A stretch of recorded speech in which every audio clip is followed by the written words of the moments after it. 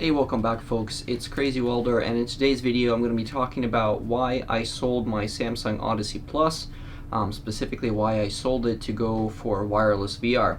Now, you may have been wondering, since I released a video recently with my Knuckles controllers, which I'll also be kind of going over in this video, why it is that I'm getting rid of the Odyssey and why, even though I kind of said that I'm going to be keeping that headset for a while, I finally decided to kind of just move on from that and go a different direction. And so the reasons, kind of first and foremost, are that I just finally got really tired of the God ray lenses that are in the Samsung Odyssey. Now, I know a lot of people have, kind of mentioned before in various reviews that the God ray effect is much reduced compared to the Vive, but in my personal opinion, it's actually a lot worse, specifically at the sides.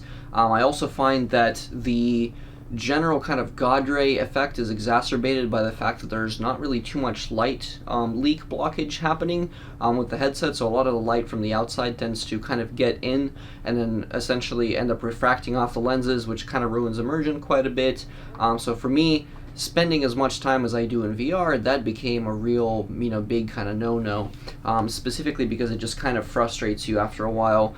I tend to have certain lights on in the room just to allow for better tracking with the Windows mixed reality headsets, and that again kind of tends to interfere with the lenses and what you're seeing on the screen, which again causes extra God ray effects that you'll see from the lenses themselves and the different ridges that they have, and also it just basically creates a kind of atmosphere that is less immersive overall. So that's one of the reasons. The other reason is I got finally really tired of just, basically getting tangled up in the wire. The wire would constantly twist around and all this stuff.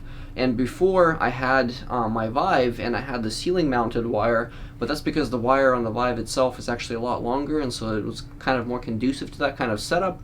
But even then, over time, that thing would just twist around and then you'd have to spin backwards just to get yourself out of that situation. And so I ended up picking up the wireless adapter, and I figured, what, this thing performs really well. I've seen a lot of people say good things. Now that it's finally been fixed on AMD hardware, because I do have a Ryzen 2700X, this thing works. I've already tested it. It works with my original Vive, which I'm also going to be selling. So if anyone's interested, I'm going to be getting rid of that, and I'm going to be going to the Vive Pro. So the reason why I've decided to go for the Vive Pro is that finally I was able to actually get a decent price on it. So no longer paying the $800. I ended up paying about $500 for this one, so it's it's still fairly pricey, but all things considered, you're not paying $800, which is a much better deal. And of course, the Vive Pro is actually compatible with the wireless adapter, which makes life a lot easier for me because I'm finally going to be able to have essentially tango-free VR. Now I'm also going to be going over a mod that I'm going to be doing for the battery pack, which will allow me to play for longer, and also those of you guys that have a Vive Pro, you'll be able to use a similar setup to extend the number of gameplay hours that you have. I'm also most likely going to be putting a fan on this unit because I have heard that they do overheat over time and cause blackout screen problems and so on and so forth. So that's going to be kind of one of the things that I'll be doing. Now, once I do receive the Vive Pro, I'm also going to be putting in the Samsung Gear VR lenses. That mod works just as well on the Vive Pro as it does on the original Vive, because again, the God ray effect that the Vive headsets tend to have are pretty severe. And having had the original Vive, I hate those lenses, so going to the Gear VR lenses, which I do actually love, is going to make a massive difference in terms of the visual quality, and I'll also have a much bigger sweet spot to be able to use that headset. And last but not least, again, as I've said, I've got the Knuckles controllers, which of course, these things are absolutely amazing, and they stay on your hand a lot better than I actually expected they would, even better than the Knuckles mod that I did for my Windows mixed reality controllers. There's just something about the way that this whole setup has been designed that's just quite genius.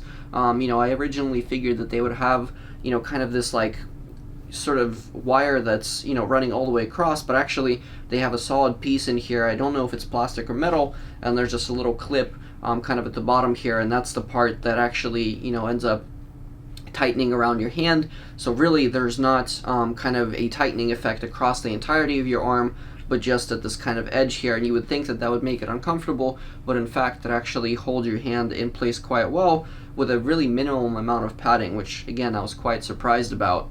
but they work extremely well. The problem is with Windows Mixed Reality is that I ended up having to adjust where my controllers were every single time that I got into the Steam, VR home, whatever you want to call that location. And so, they would always be floating off somewhere to the side, or my headset would end up lifting up somewhere randomly, and I'd have to readjust everything every single time that I would get into a VR, landscape.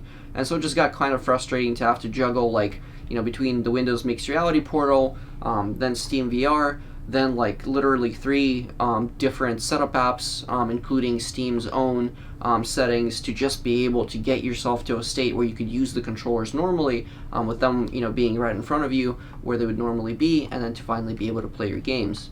So at that point I just kind of figured, it's time, since I'm going to be using these things pretty much exclusively compared to the Windows Mixed Reality controllers, because they're just so much more precise. I figured getting back into that ecosystem now just makes sense.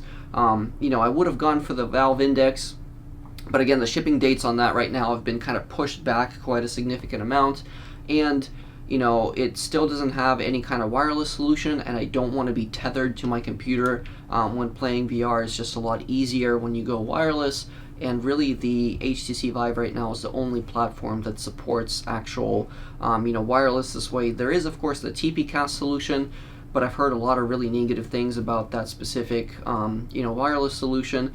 TPcast is said to be releasing their sort of next-gen solution, which will be compatible with Windows Mixed Reality, and also the original Vive and the Vive Pro. And then they're supposed to release kind of a 2.0 model later on, which will support even higher resolutions and potentially support things like the Pimax. But again, they've been kind of mum ever since they've said that, and this is still a relatively recent announcement, whereas I actually want something now to be able to use it right now, and to be able to use it to an effect where I'm actually in VR wirelessly, and not really having any problems with tracking, or not having cables dangling everywhere. And so being able to get back into the Vive ecosystem again, which personally I think they have the best tracking.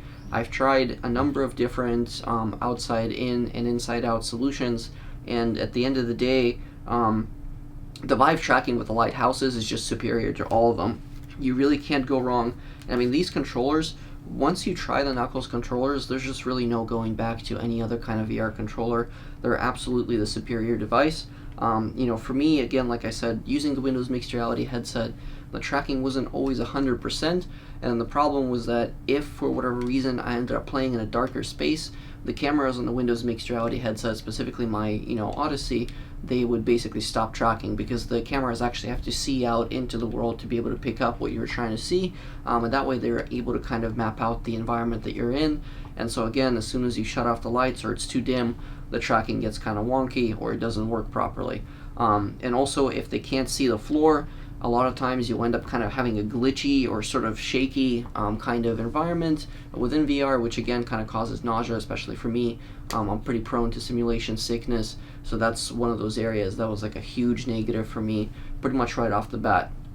Now, the drawback, of course, with going with the Vive Pro is that it doesn't have the anti-SDE technology that they had on the Odyssey Pro, or the Odyssey Plus, I should say. But the nice thing is that it's still the same resolution. So overall, even though I'm going to have more SDE, that's going to be more perceivable, at the end of the day, basically the resolution of the screen itself is not going to be too bad. And over time, as I get better, hardware in my rig, I'll be able to bump up the super sampling to kind of make up for the lack of, resolution perceived through the VR display itself. So, hopefully I'm going to be sticking with the Vive Pro for a while.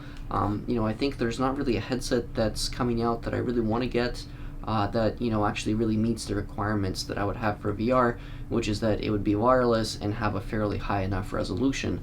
Again, the HP Reverb that recently came out is still within the Windows Mixed Reality ecosystem, so I don't want to go back to that route, because I'm going to have the same problem with these controllers.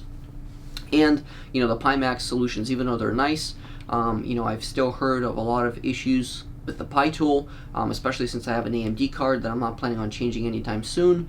They still have a lot of problems with low frame rates for that card. Again, no wireless on the Pimax, and there's still some issues in terms of the basically perceived smearing across the screen because of the lenses that they ended up using. So the lens design, I think, still is kind of not the greatest. They've done a lot of work since the kind of trial that they've done with Vive, and a lot of those guys that were giving them kind of pointers in the early kind of beta testing stage.